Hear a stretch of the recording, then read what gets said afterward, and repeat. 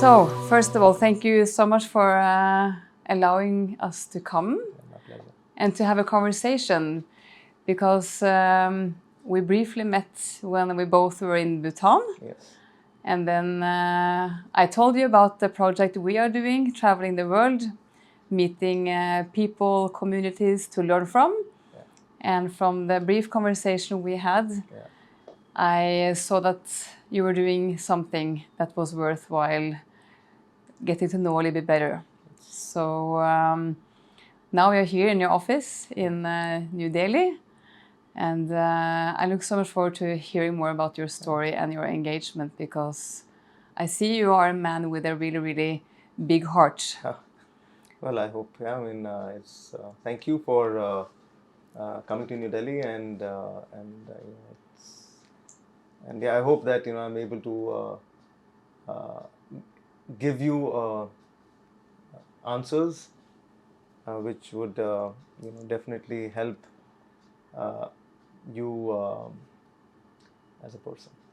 Bring out my purpose, yeah, because Bring about the purpose. yeah, Absolutely. so because for me it actually starts with the purpose. Absolutely. So I was maybe lucky to have experienced some kind of epiphany when I was 23.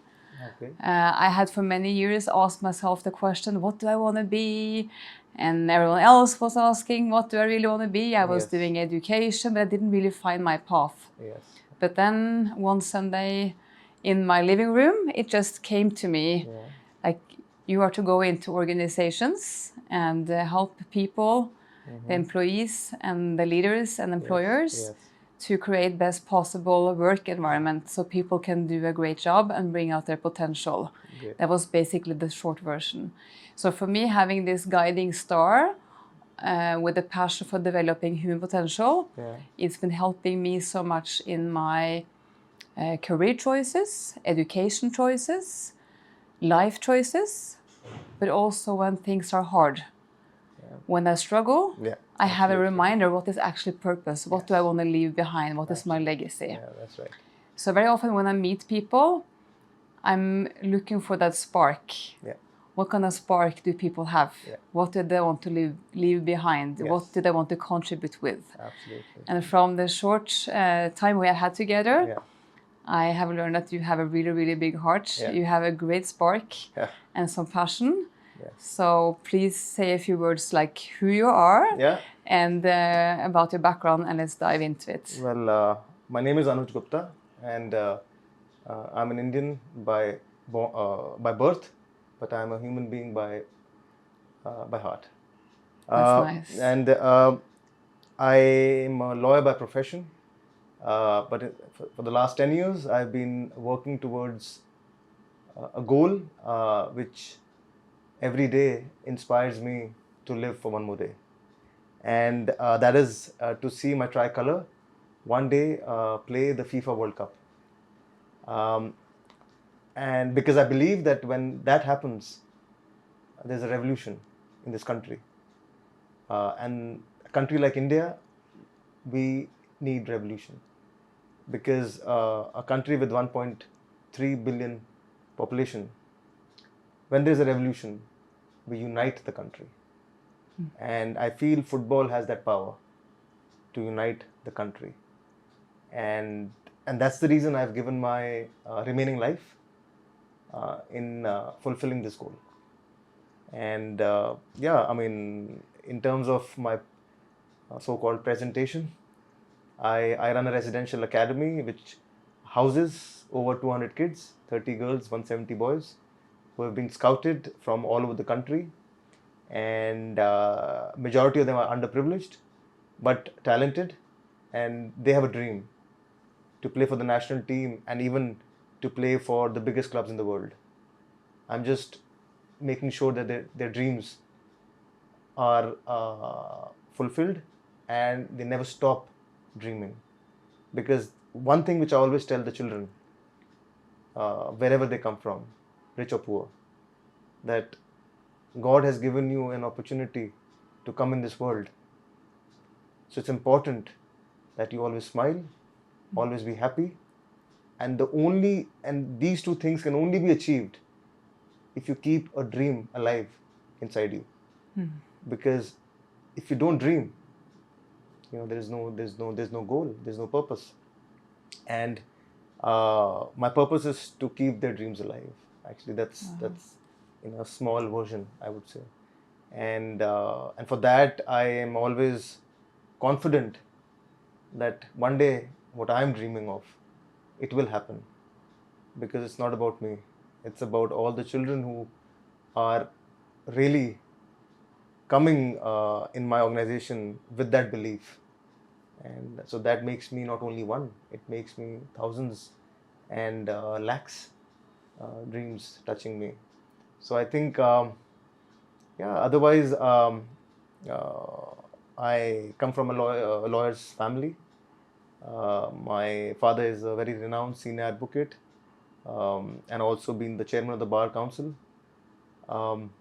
My brother, he's an MBA from one of the top institute in the country called Indian Institute of Management. But now he runs his own. He's an entrepreneur now, so he runs his own businesses and invest in startups. And otherwise, yeah, I mean, one more thing which I love of my work is that I travel. I travel all over the country because of football, to find talent, to meet them, to see where they live, what they eat, what makes them smile, what makes them cry, and then select them and bring them to Delhi, and then nurture them, develop them. And then it's been 8 years since I have the residential, and now children who were 12, 13, now they are adults. And when they leave the nest, they are able to stand on their own feet, which for me is a great feeling, but also is a sad feeling also, that they're leaving the nest. But yeah, it's like a circle, and yeah, so I think that's where I am. And I think also by you bringing out your dream, which is partly about helping this country to have some kind of revolution. Yes. And keep the spark in the eyes of the kids. Yes. To support them in their dreams and to fulfill their dreams. Yes. And by that you are creating so many ripple effects, because other kids see these kids again. Yes.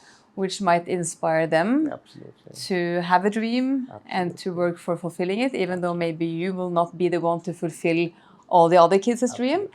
But it's having those role models. Yes. And seeing others who can make it from maybe poverty. Yes. And to some kind of better life quality, life Absolutely. standard. Yeah. So that's one thing which is good about creating or developing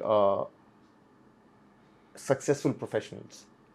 And when they become a role model, then in their community, the overall the negativity of that being poor reduces, because then they have one more option to fall back. Otherwise, wherever they come from, they don't have options of being successful. So whatever they see is what they do.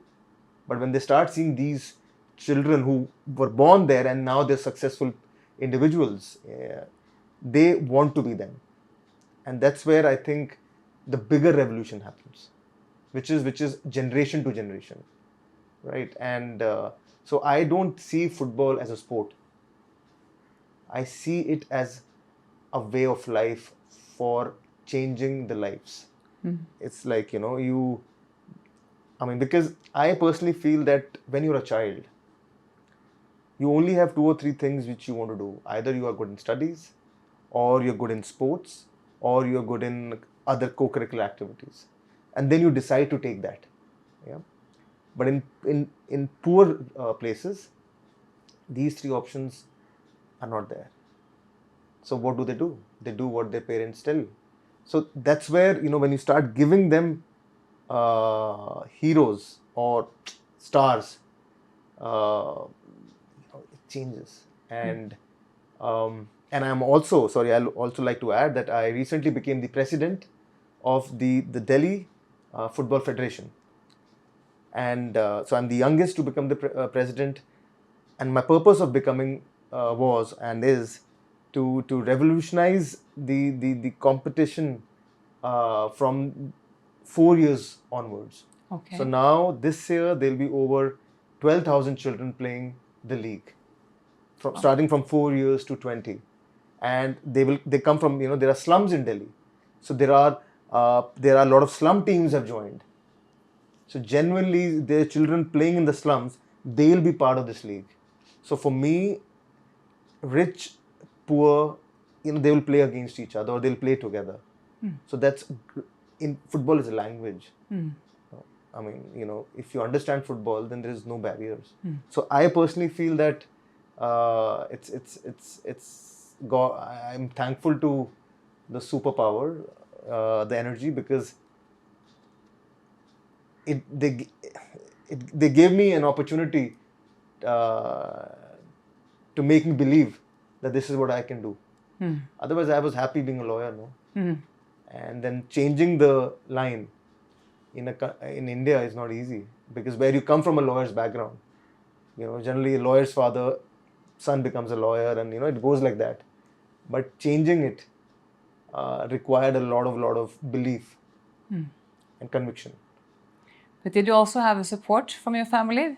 Yeah, I mean, they've always supported me because they understand one thing, that either you listen to him or he will do on his own. Yeah. So I'm very I could be very stubborn in my beliefs, because I always see the purpose. If my purpose is to change or improve the society, then that purpose can never be wrong. Yes, the journey could be long, but eventually it will be a great creation. So did you leave your profession of being a lawyer because you didn't feel fulfilled? Because you were obviously successful, but I meet a lot of people who are successful in terms of title, money, company, whatever, but they might not be happy because they are maybe not fulfilled completely. Was that part of your story as well, why you decided to make this change? Yeah, I mean, because I was doing really well, and that's the reason I started the foundation, Sudeva. But my fulfillment was, I was lacking my inner feeling or inner belief. I was not getting there's something missing. Some purpose. Some purpose was missing, because if you work, you will make money, you will earn money. But that is for you, for your family. But I always believed from childhood that I want to do something for others.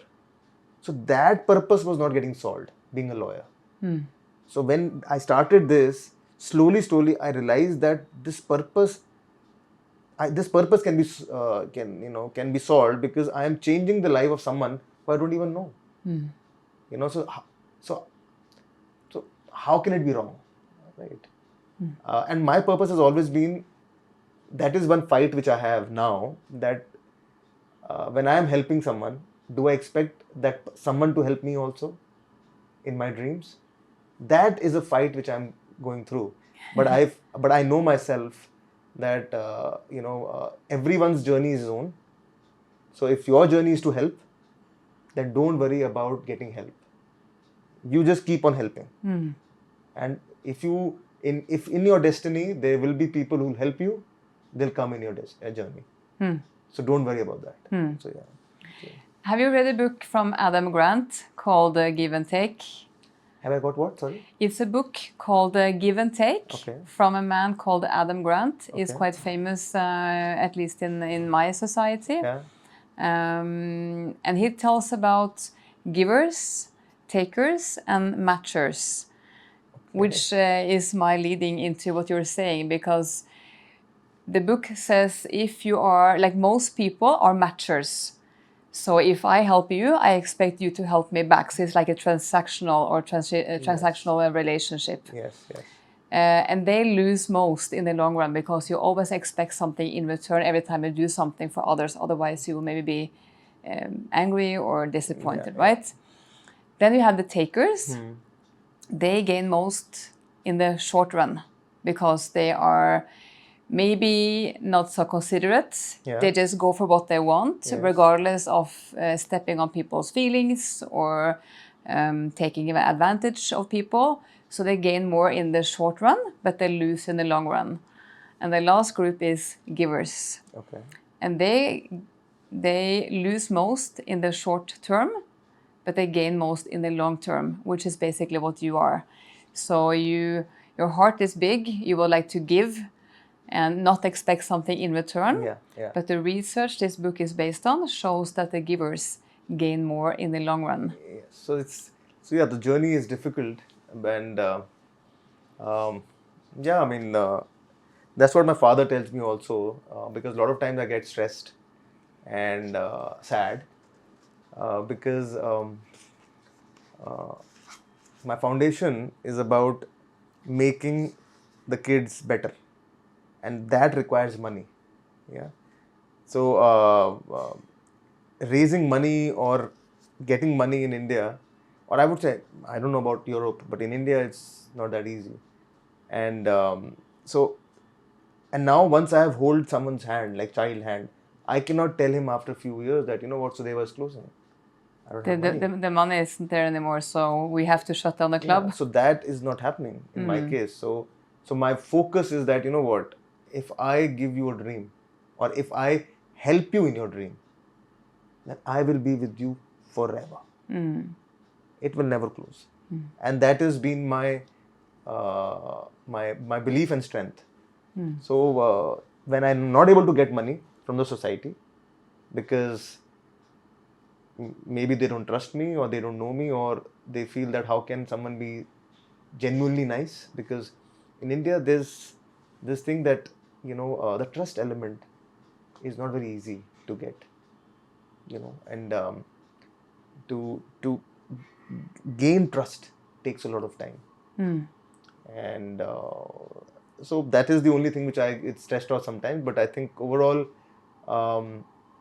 that has also given me a lot of perseverance, a lot of strength, that if it is taking time, Anuj, it's good. Because there's a book called 0 to 1. Okay. What's the author's name?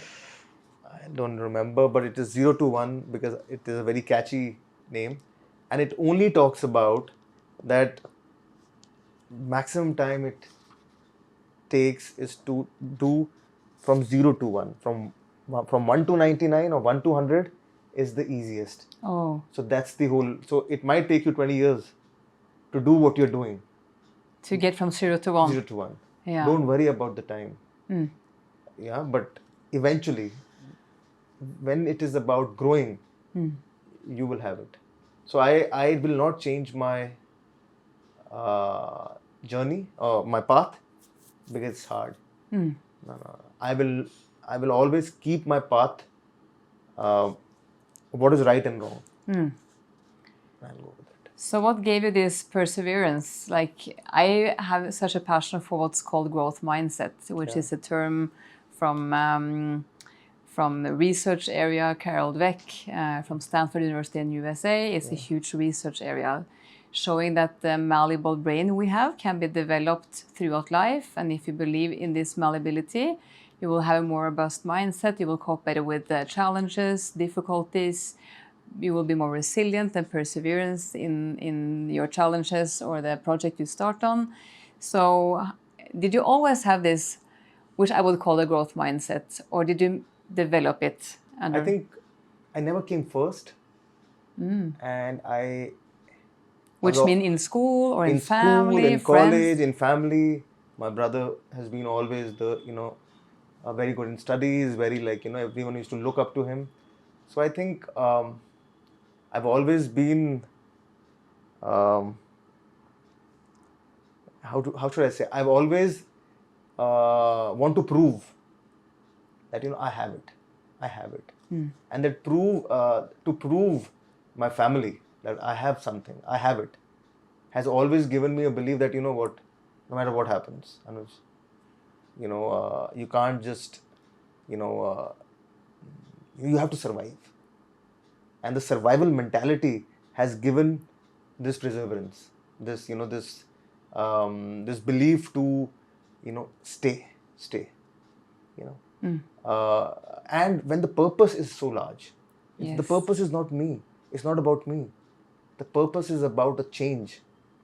And if I have got that from somewhere in my heart, in my in my body, in my energy, I'm lucky to have that. Now I have to cherish it. I have to have it. So to keep that going, I can never lose. I will always win because the purpose is big, right? And that is my perseverance. So to get any sponsor or to get any CSR company in this country who is willing to give me donation, I will not stop, knocking on their doors 1, twice, 10, 20, 100 times. Because I know that one day the door will open and they will say, you know what, Anuj, here you go. And that has happened. It has taken me years and years to convince one company. But eventually they got convinced and they have given me donation. And that is the way. I mean, for instance, I went to the mines in the south of India. I told one of the big companies that they're into mines, that I will go to your mines, I will do a football trials, I will select children from the mining area, bring them to Sudeva in Delhi, and I will train them to become good players. 5 years back, and I did that. I went to Orissa, the red clay mining area. The children were not even wearing shoes, bare feet, doing the trials. Nothing, it doesn't hurt them. I don't know how, because of their genetics. And then I bring them 5 kids. They're in Sudeva, and 2 of them are going to Spain with me now. Wow. So, and their best friend is a kid from further east of India. I mean, it is, for me, it could be small for a world which works on money, but for me, this is priceless. Because he could have never dreamt, that his best friend would be from somewhere opposite part of the country. And they don't even speak the same language.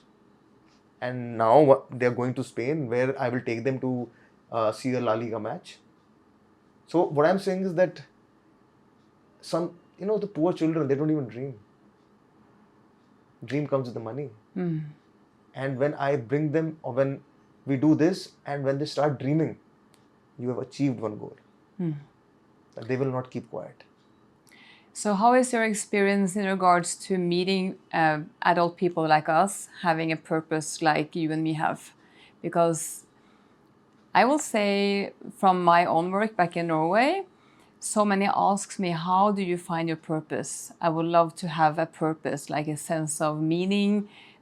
Because I think we all ask those questions. What do I want to leave behind? What's important? And finding answers to that is difficult for many. And even if they have some kind of dream, we tend to limit ourselves, thinking, who am I to be able to do something big?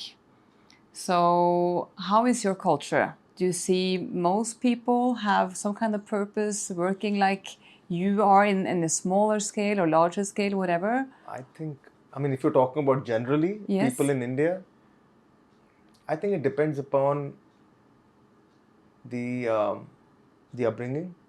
The upbringing, it depends upon, actually, generally people are it's about the survival mentality. Yes. In Hindi we say roti, kapda, makan. Roti means bread, kapda means clothes, makan means house. The three essential, the basic three needs things to survive. So these 3 things, people who have these 3 things for a longer period of time, then they can start thinking that, okay, now I will do what I want to do. Okay, and when you start doing what you want to do, then slowly you find your purpose. Otherwise, majority of the business families, they become part of the business, whether they're doing what they want to do or they've been told. So I personally feel generally people don't have a purpose. That's my understanding. Because they do get used to the whole, that cycle of earning money. Yes. And spending, then family, children, then, and taking care of them. And then so by then you are already 55, 60. So then you do find a purpose, but then you tend to have the age behind you. So I think that's why I said I'm very lucky that I was strong enough, and I don't know whether I should say on the camera or not, but I in 2014 is also when I got divorced. Okay, I had my ex-wife was from Brazil. She was half Brazilian, half Argentine, and it was a love marriage, obviously. And then 2014 is when we got divorced. And then obviously I was very, very sad. Could that be a reason why it gave me internal strength to do what I want to do now? I don't care. It could. I don't know that it's just everything just because I had no one to take care. It was about me, and I found this as a way of releasing all my stress, because when you are with children, I have no stress. Yeah, you're just present, right? At present. Yes. So that could have been the start. And then as I grew into it, one thing led to the other, and like that, and it is not stopping. And so yeah, that could be one of the reasons. But overall, I think people don't have a purpose. But they do say that they are looking for a purpose. Yeah. But often these problems we receive from universe might be gifts. So I often say that when you, like even cancer or losing a loved one, like the most horrible things that you can think about, what if we could maybe start asking the question, might there be some kind of purpose in me experiencing this? I think often we find both the urge to grow, or we have to grow when we are facing challenges, right? Yes, because we have to adapt, we have to change, we have to find a solution or a way out of it. Otherwise, if we give up, we will of course stop. But those gifts might be the inspiration to do something more fulfilling, right? Yes, Which is was for you. Yes. So, and also understand that you come from a family which also have had a lot of purpose. You told me about your grandfather. So you say you come from a lawyer family, but that's maybe just one generation before you. Yes. Your grandfather was a government employee. Yes. He didn't own any cars. No. He had a bicycle, so you know how the old life was, like starting from nothing, basically. Yes. And tell me a bit about your family. Yes. And, so as much as I remember, so I've grown in a joint family. A joint family means that my grandfather has 2 children, my father and his brother, and we all stayed in the same house. So my uncle had, after getting married, he had 2 children. My father had me and my elder brother. Still, we stayed all together in a house. And when the house became smaller, then we shifted, but the shift was only 2 houses apart. Until now, we all live 2 houses apart only. So my upbringing has been that if you're able to understand the values of family, you'll be able to solve all answers. You'll be able to find solutions in every problem. Yeah, and because this relationship is very pure. Yeah, because when you find relationship outside,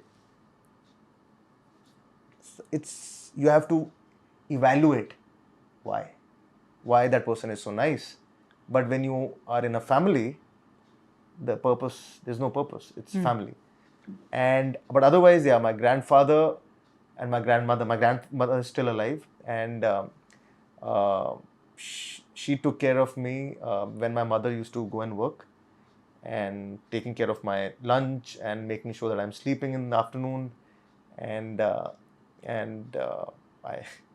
when I was too young, she also used to give me bath. And I think till 10 years, I used to sleep besides her. So I was that close to my grandmother. And my grandfather used to pick and drop me from school. Any kind of problem, my grandfather used to be there. So, and in the morning, early morning, I used to go with my grandfather to get milk. About 2 kilometers, we used to walk and get, milk by putting a coin, and the milk used to come, I remember, and we used to take the milk. And so I had one of the best times, and these are my earliest memories. And then it was my father and my mother.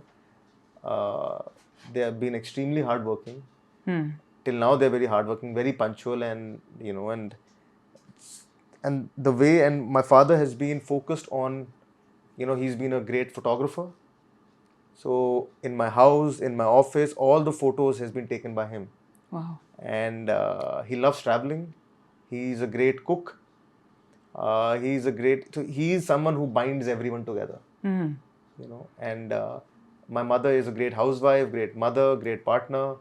She knew that my father, I mean, she had to sacrifice in a way because, as a couple, sometimes you have to sacrifice because, the husband is taking care of the, the earnings. The wife has to, be more towards the family. So she did really well on that. And now I feel that the third generation, which is my generation of my brother and I, we are slightly different. We come from a business community. So Gupta is like the Jewish. They're like very good in business, and but we come from a professional family, so we don't have a business. And this route of foundation is rare to see in business families. Generally, in business families, you do open a foundation, not that you want to open, but because the government has mandated that some part of the profit has to go in the foundation. So, but here it's slightly different. And my uncle has two sons. One is a pilot, and the other one is a top lawyer. And so, yeah, I mean, it's a very small family. We have cousins. We all meet, and so I would say that overall, I mean, I'm lucky enough to say that I have got only good memories. Wow. There's no memory I would like to forget. And but I always say that why do we have to go through bad memories to find our purpose? But maybe, yeah, my divorce could be one, not a bad memory, but yeah, it's the destiny, and it taught me a lot. And that could be one which really made me believe is that what I want to do is what I will do. And otherwise, yeah, I mean, in law also, when I was working in London, I left the law firm. That was also one of the best decisions I made, because I realized that I cannot work for anyone. Otherwise, when I became a lawyer, I was working for someone. But when I came out of that purpose, then at least I knew that whatever I will do for myself. So you can choose what's important for you. Like, which kind of goals are you working for? Like, are you working to achieve someone else's goals? Yes. Or your own goals? And of course, we all need to have some work experience. Of course, you can't start a new company when you're 16 or 18 and start right off and be your own boss. But it's often valuable to have some experience and expertise in something. But then for me also, like realizing whose goals and dreams am I chasing? And often also because I'm mostly worked in private companies. And it feels often like the main purpose is to bring in money to the owners. And of course, they want to have the return on their investment. But for me, it always has to be a bigger purpose. Like, why are we here? I read this book from Frédéric Laloux, I think he's French. The book is called Reinventing Organizations. I'm talking quite a bit about it in many circumstances, because it really hit my heart in a way, because he says after his research, more than 50 companies, private, public, small, big, in different kind of sectors, he saw that the companies or organizations who put purpose first, they are the companies who are doing better in the long term. So like short-term revenue profit doesn't work. You have to have the long-term values. Why are we here? Which purpose are we serving? What kind of value are we supposed to create? And I see companies more and more, like since I started my career 25 years ago, this was not a topic. But now more and more companies seem to realize that giving people some sense of purpose, Absolutely. coming to work, is That's the key. important. Yeah. But I still think they have a way to go because they try often to, in some way, put the company purpose into the employee's purpose. So, And I yeah, think you have, as a manager, to allow for people and help them to find their purpose. Yes. And the next step, try to see how can we align your purpose Yes. with our organizational purpose. Absolutely. Because then you can bring out so much more energy, enthusiasm in people, and you can align and get better results, right? Yes. But this is a long-term investment. And we tend to like to have the short-term results, like we all would like to have the quick fixes. I know. I mean, the point is that when we mix the social responsibility with how should I say, with connecting with the business purpose, then it doesn't work. Social responsibility has to be very social in nature, which means that genuinely, what the company really wants to help the society. That's the purpose. And in that, like that's why these foundations which are open now, which are run by the companies, they have their own purpose, and which is a good idea because the company opens a separate vertical which is about their own foundation, and they decide that these are the things which they want to focus on. So that becomes a part of their purpose, that they want to do more plantation, they want to do more education, more healthcare. So then that becomes their purpose. At least they're impacting that part of the society. And so yeah, I mean, I think companies are working on that. So maybe you found your purpose partly as a result, maybe from your divorce. But I think from also you told me about your family and One more thing I'll tell you about my father. Yes. Actually, I have always taken him with age. I've taken him as a role model, as best friend, as someone who I can, argue. Initially, I used to be very, very scared of him in school time, but in college, I became little like little. I became more friend with him because I lived abroad. Then I understand. He understood me, and then I have seen him how much socially he has contributed to the society.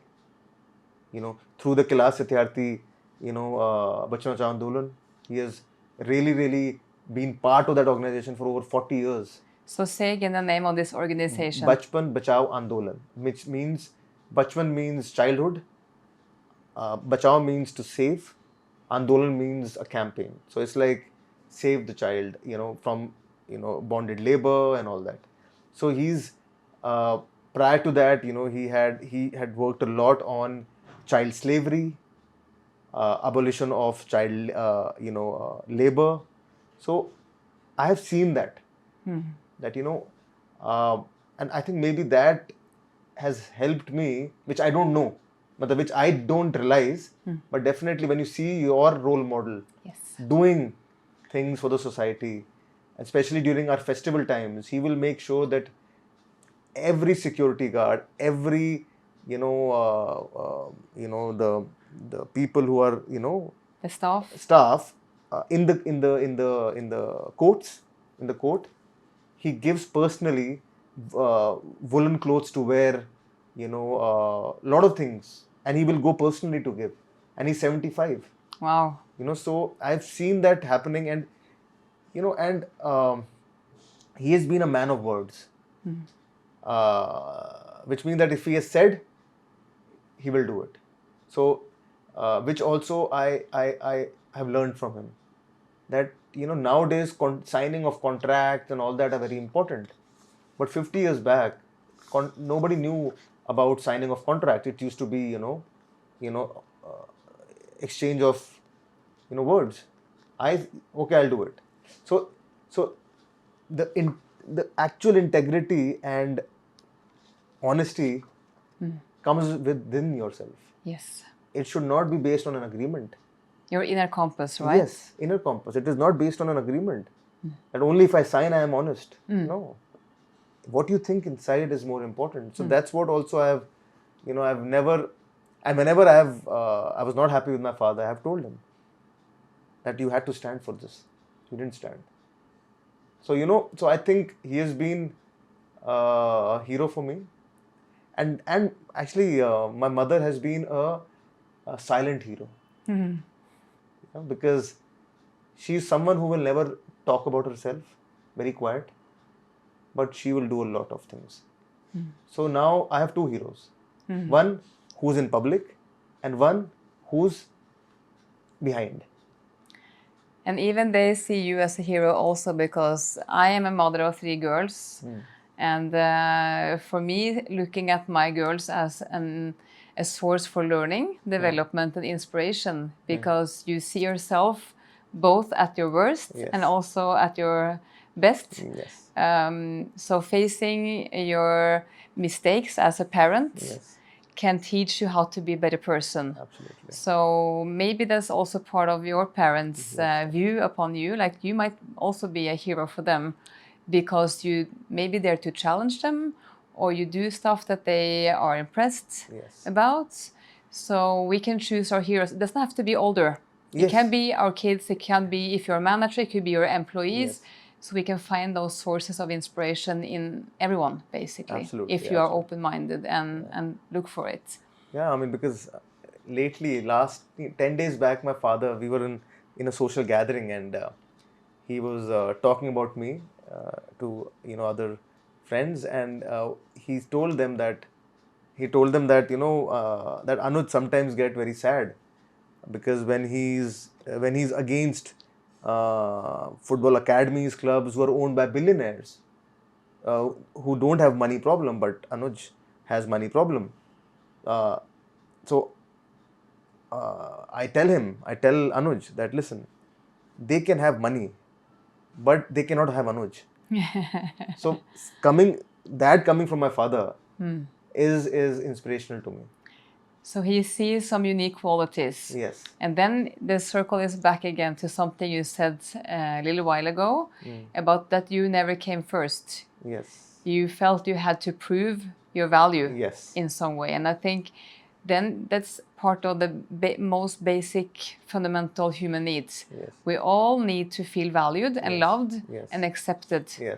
And that's, I think, it's the foundation for all kind of motivation we have, all the things we strive for to achieve, many choices, but also our frustrations. If we are not feeling valued, that will be a suffering as well.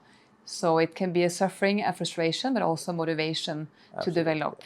So I would always say that if someone tells me that you can't do, it actually is motivation for me. It fuels your energy to prove them wrong, right? And also you told me about, you called him your uncle. He is not your blood uncle, but he is a dear friend of your family and your father. Who has been to Norway. I know you have been to Norway as well, which is cool. We don't meet many people from India who has been to Norway.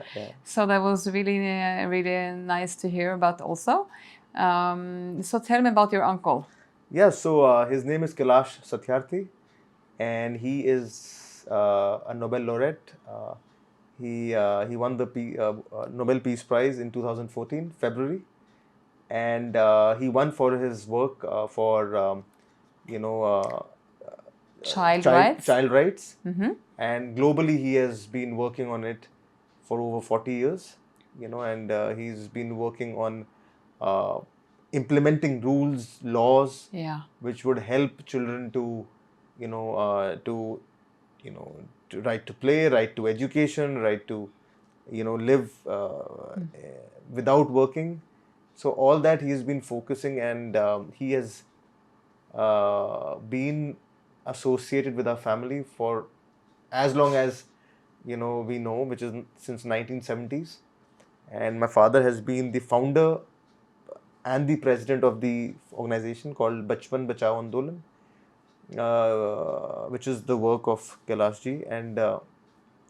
And yeah, it is just that in 2014 when he won, it was the year when we started Sudeva, and in a way, we launched Sudeva in his village called Virat Nagar, on the way to Jaipur. It's a rehabilitation village where they actually get children from different parts of the country who was exploited, but they take them out from there and put them in a rehabilitation village. And we implemented a football program there. That's when I came to know more about the organization, and I had lot of opportunity to be with my Kailash Satyarthi and his wife. She's also a lovely lady.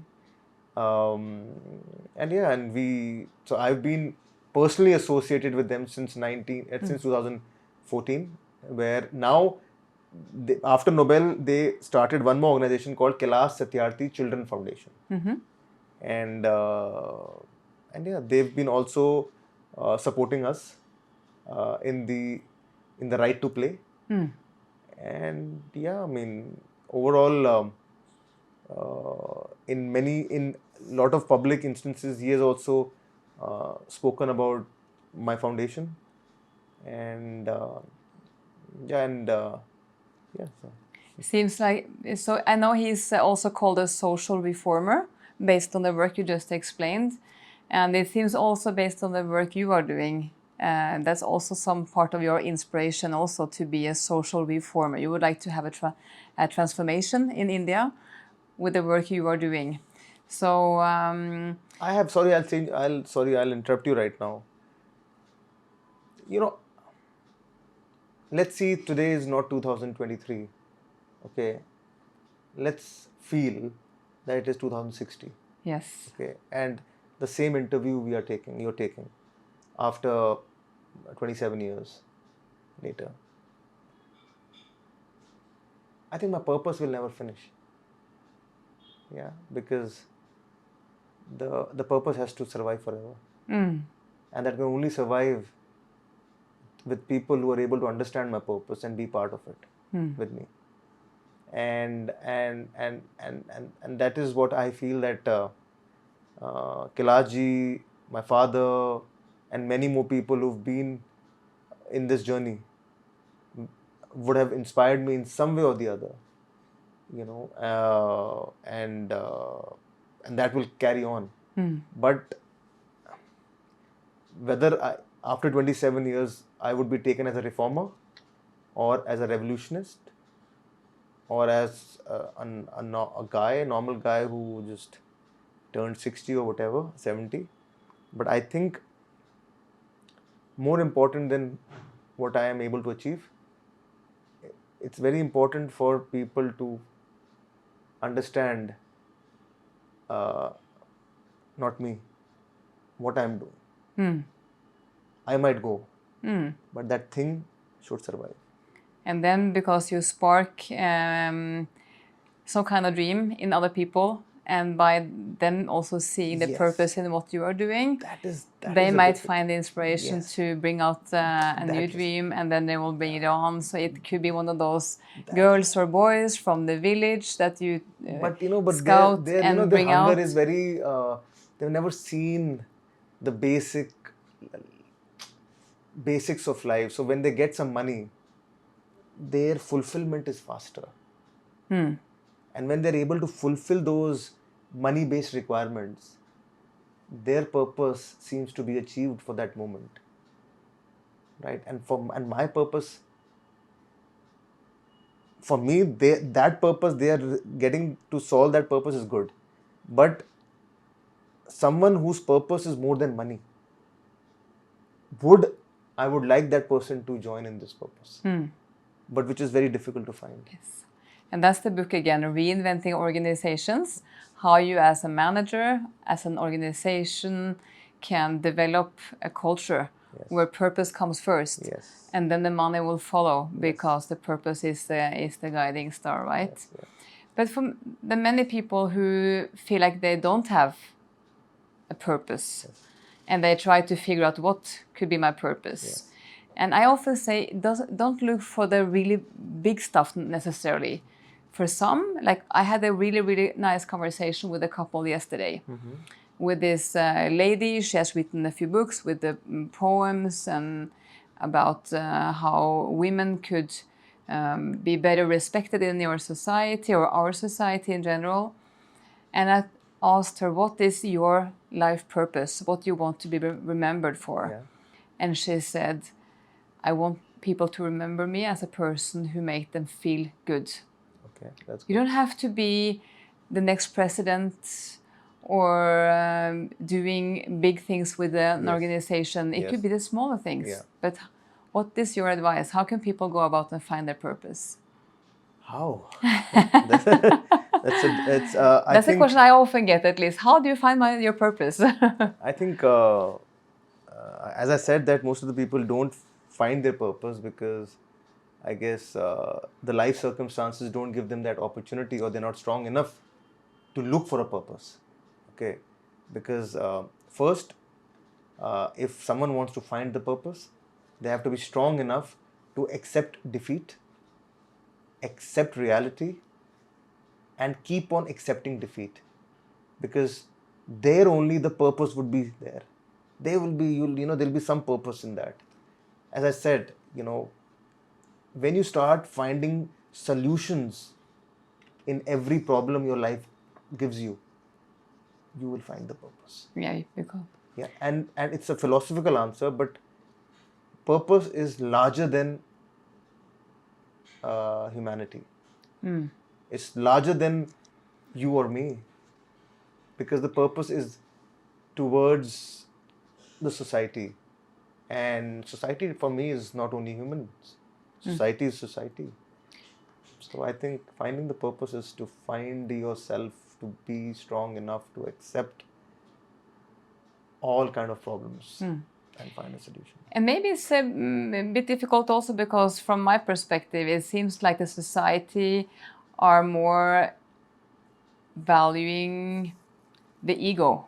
Like be successful, earn Yes. money, have a nice title, have a nice house, have a Yes. nice car. So it fuels your ego, which is a sense of feeling valuable.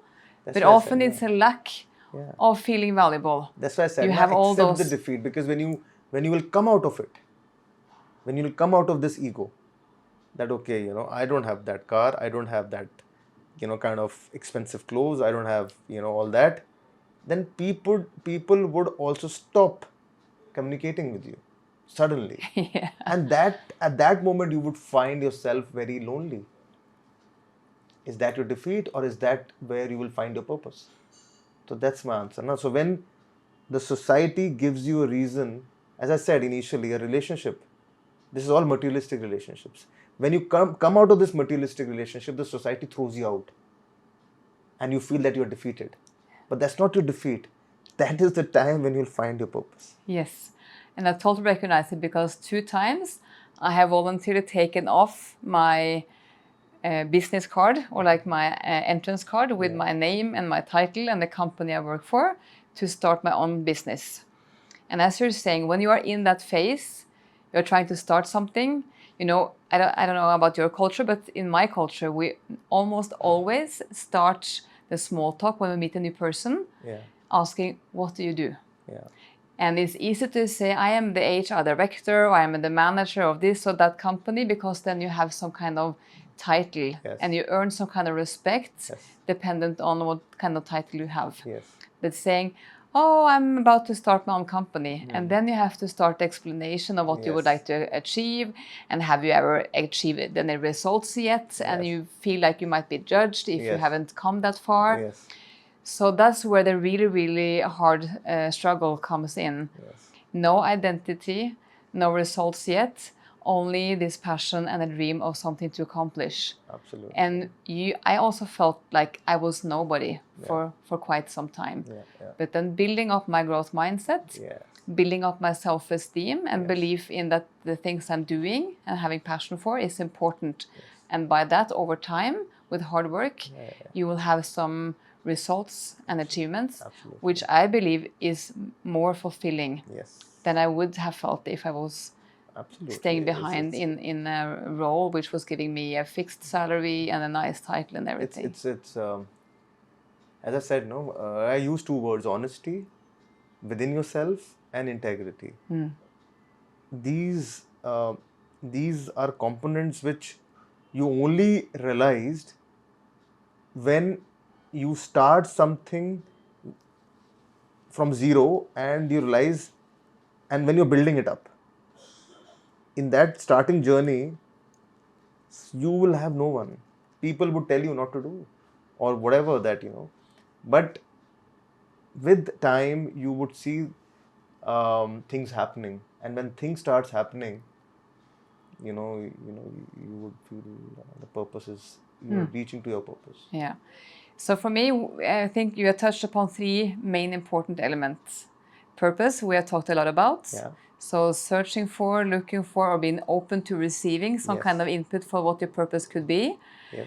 And you talk about values, like having that inner compass, honesty, integrity. I know for sure is two of your most important values, which is, I guess, guiding you in so many decisions and the way you are as a person and the way you decide to develop yourself and doing business. Yes.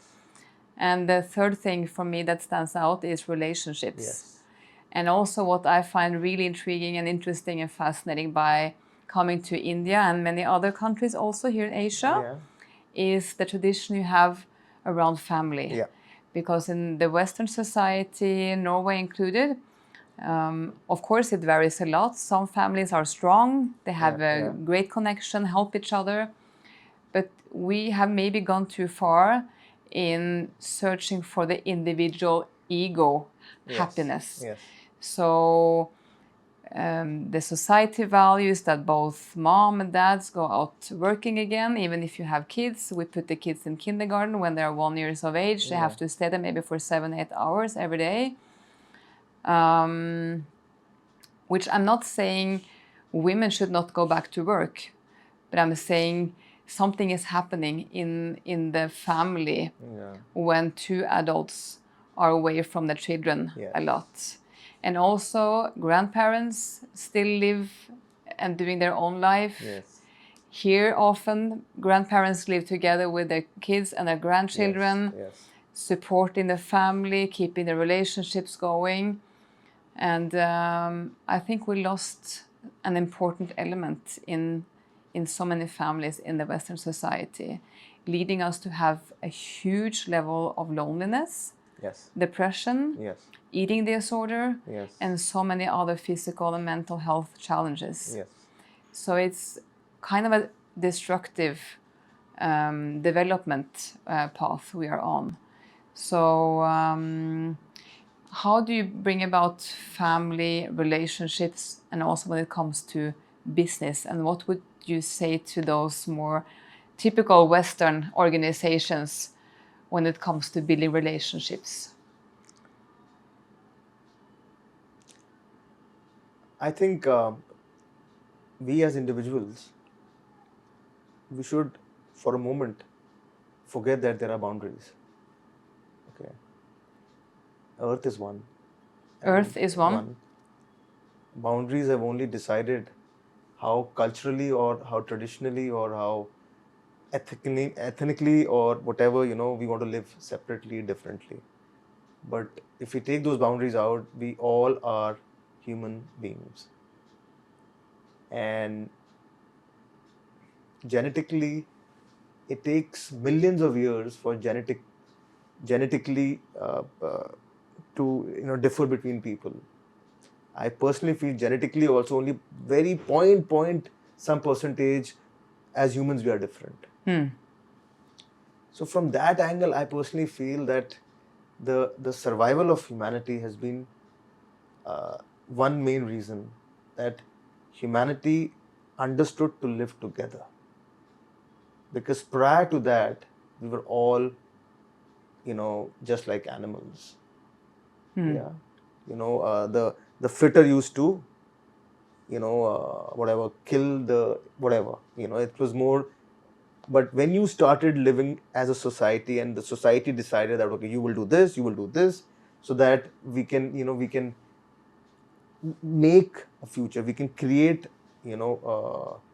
a livable society, population started increasing, and I feel that now the only message I want to give is that when you live a lot of people together, there are other problems, yes.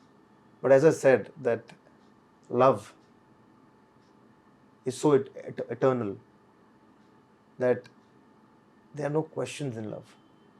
Simple. There could be problems. But problems will always have solution if the eternal meaning of love is achieved, which means that for me, father and mother, they're eternal for me. My wife, she's eternal. It is because maybe if I would have seen a disturbed family, my wording might have been different, because that's what I would have experienced. But my experience has always given me a reason to believe that that a loving family would always have a far stronger impact in the society compared to a rich family.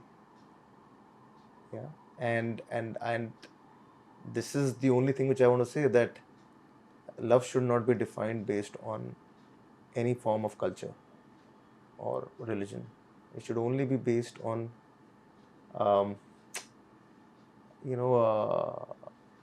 it's a feeling, it's energy. And in a family which has a lot of positive energy, you have to live together. You can have differences, but we don't leave.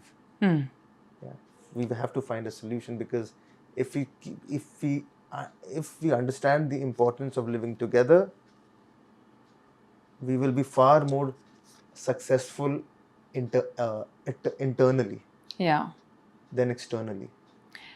And how do you bring relationship perspectives into work? Like, you have your business, your foundation.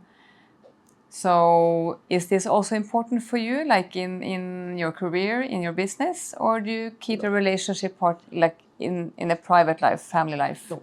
See, family is separate, work is separate. Work needs to have a purpose.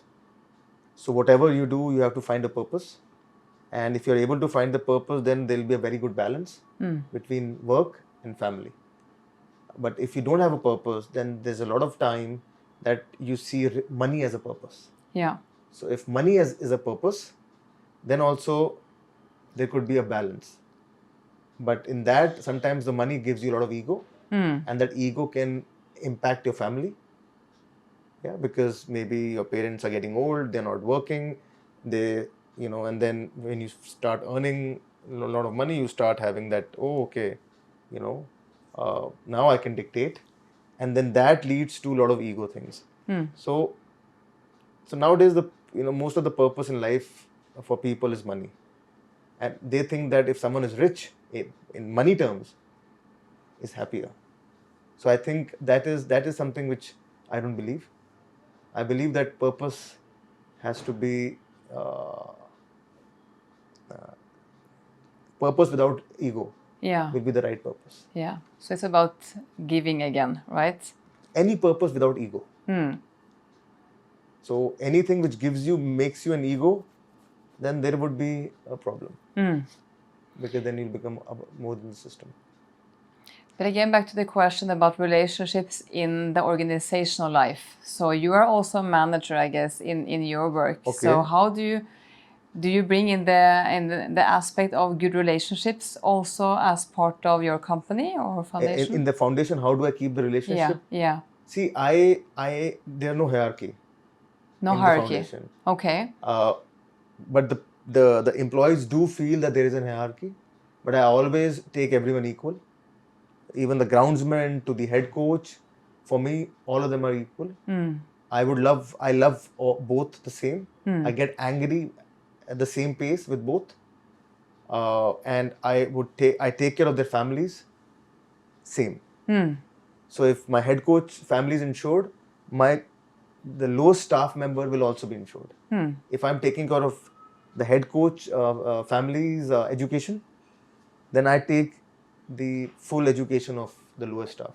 For me, that is equal because everyone has a purpose in my purpose. So how can I differentiate that? So in that case, if you meet any of my staff, you know, if I can give my life for them, they should also they will only feel the same if I am able to give them that, you know, that equality. Yeah. And I think I feel very nice because I feel that none of my staff, only few staff has left in the last 8 years. And I don't think so I pay them more than the people. But I give them, you know, more than that. You know, there's a little bit more. You made them feel valuable. Yes. And you treat them with respect. You see humans are as equally worth, regardless of where you are on financial terms or career ladder, whatever. Yes. People are people, like human beings. Yes. Yes. So that is and that is the way in my family also. You know, we all have to be, you know. Yeah. And I don't talk much. I'll be very honest. I'm always very quiet from that angle. So. But if you were to take on a position in your country where you could change one or a few laws or do some kind of huge impact to transform your country, what kind of change or what kind of law would you put in place? Law? Or like, yeah, if you were really, really able to do some big change. You know, my mind, everything is football. Yeah, it's very difficult for me to think something else. And so your mind is on football. It's only when I see a big space, I see a ground. Yeah, I see a lot of children playing football. Yeah, and I want to see India fit country. You want to see a free India? Fit India, physically fit. Yeah, so yeah, fit. So India. Physically fit, mentally fit. Yes, if they are physically fit, you'll be mentally fit. Yeah. So for me, that is something which is, you know, when I say revolution, that would lead to this. Through the World Cup, India would go into the state of physicality, where, you know, the country would start believing that, you know, being fit. Because, you know, India is a spiritual country. So meditation and yoga comes together. Yeah. But lately in the last 100 years, you know, that has gone down. But I feel that it's slowly coming up. Because if you're able to, so if you see the logo of Sudeva, it is this. It is a physical man and a meditative man. So meditative means mind and physicality means body. Yeah. So if you bring the mind and body together, you'll be able to create superhuman. And I feel that is where, if I ever want to change or improve, is mind and body. We just have to focus on that. Rest, that will take care. I'm telling you, it's, you know, reducing poverty or giving more education or creating more hospitals. For me, I think they are far more easier things to do. I think the bigger thing which has to be done is, you know, that, as I said, inner physicality, the way of life. And I think in that case, living together and having a great way of life. That is, in Europe, way of life is good, but they don't live together.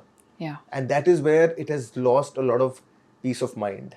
Yeah. You know, but here, living together and way of life will change the perspective of human civilization. Yeah, we see stress, ego is such a huge part of people's life.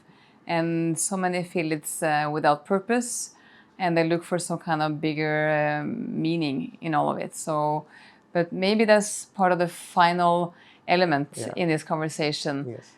For people, like individuals who are listening to this conversation, make sure that you are physically and mentally fit. Yes.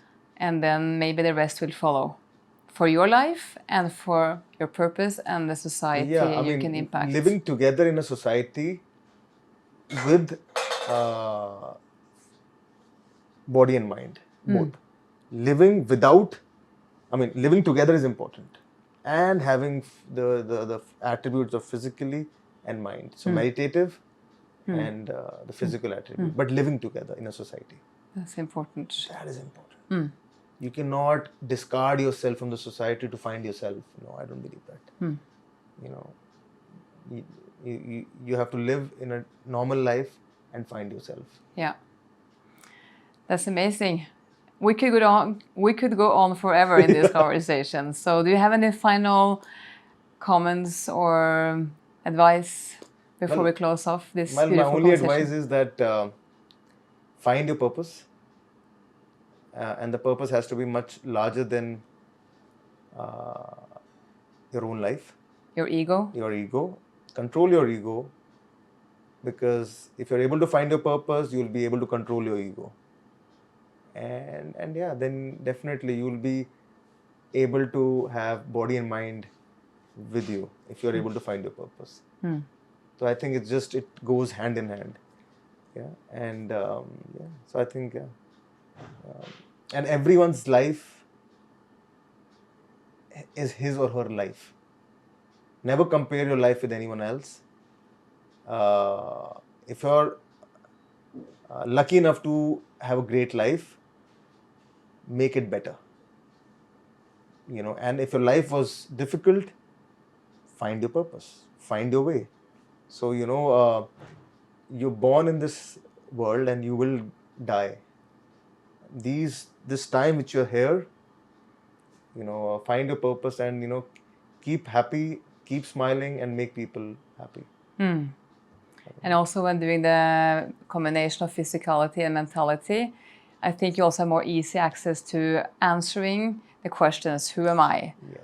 Who do I want to be? Yes. What do I want to contribute with? Yes. What do I want to leave behind? Those big questions I think all of us asks during life. Yes. You have to listen in. Yes. We tend to listen too much out to other people's expectations, opinions. Yes. We compare ourselves with others rather than comparing me with me yesterday and the one I would like to be tomorrow. Yes. So more consciousness in the society. Yes. I think it's a good thing. Yes. So Yes. It's been so nice to have this conversation. I really love your enthusiasm, your big heart, and for being such a great role model for so many people, both the kids that you help to a better life and all the ripple effects you create with your work. So it's been really precious to meet you. So thank you very much. Thank you for giving time and thank you for visiting me. Thank you. I hope to see you again. Yeah, sure.